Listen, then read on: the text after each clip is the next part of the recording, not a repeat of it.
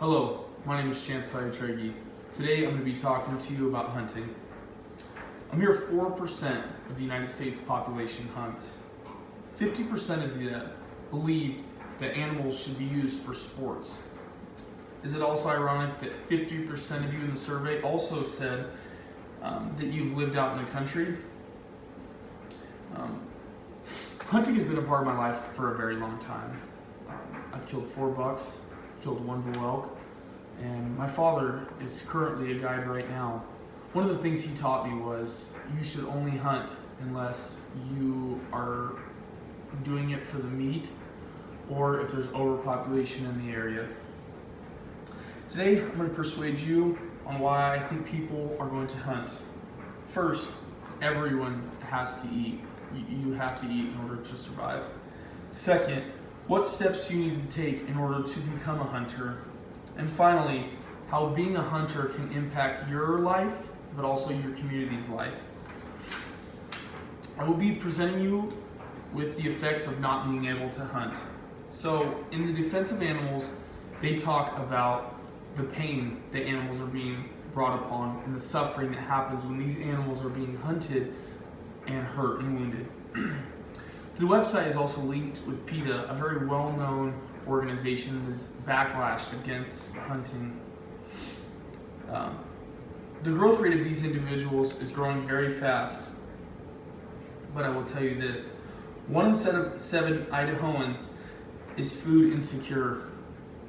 That is a huge number of people, and actually it's 232,180 people to be exact.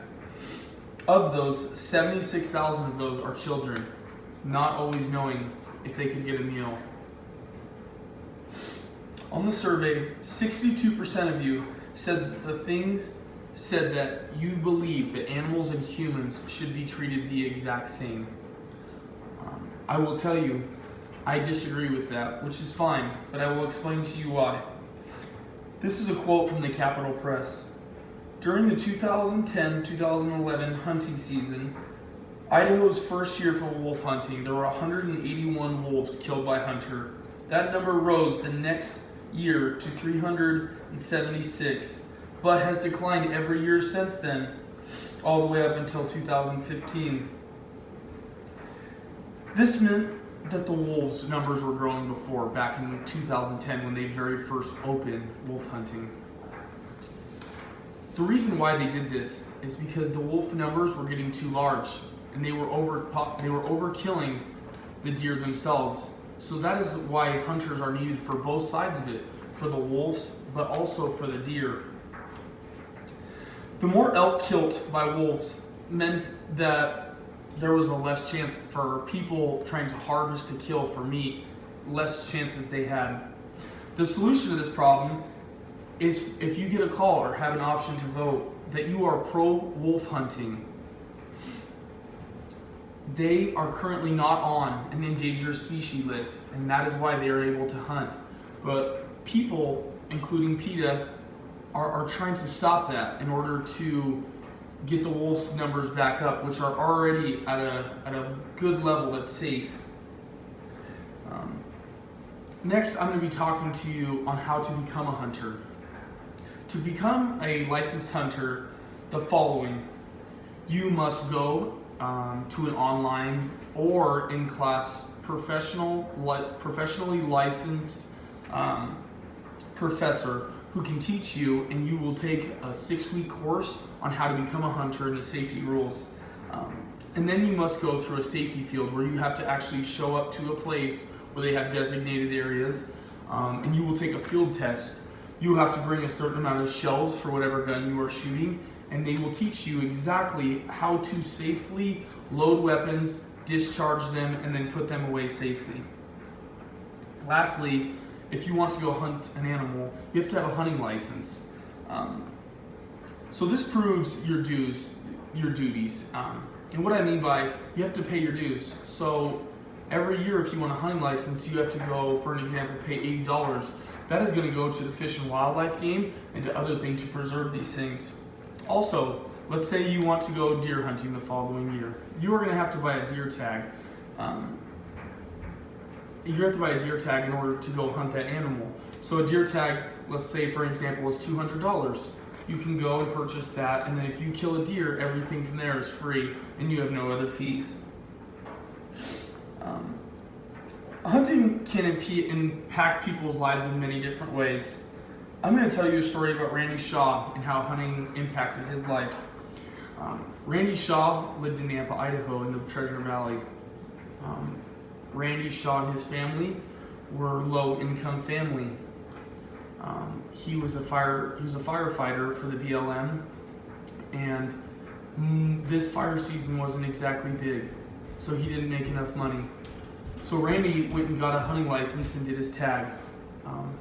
Randy, luckily enough, got a deer, which saved him $1,000 on meat for the following year, which he could feed his family. Imagine if all of that family didn't get that meat, what would have happened?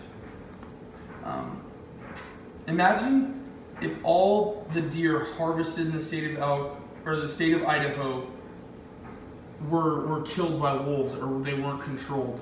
That would be devastating. This is also from thought.com. They were doing it against why they think hunting, to be exact, deer and elk hunting is bad. Hunters out for trophy elk and deer are only there for the large racks. They are killing the strongest and healthy of the species and not the weak and the starving. They're claimed to putting them out of their misery. So I just want us to picture this for a second. Imagine that we all stopped deer hunting and the populations grew super high and everyone's very happy. But then the following year there's so many deer that are growing that the feed was all grazed off the ground. That would be a very, very big problem, because when they graze through the ground, there will not be enough to feed everyone. So when they eat through the ground, they will start dying off because there's not enough food. Now, I want you to imagine that there is people hunting. I want us to use an example such as Randy Shaw, as I just shared with you, about how it can impact your life by just hunting. It really changed their family's life.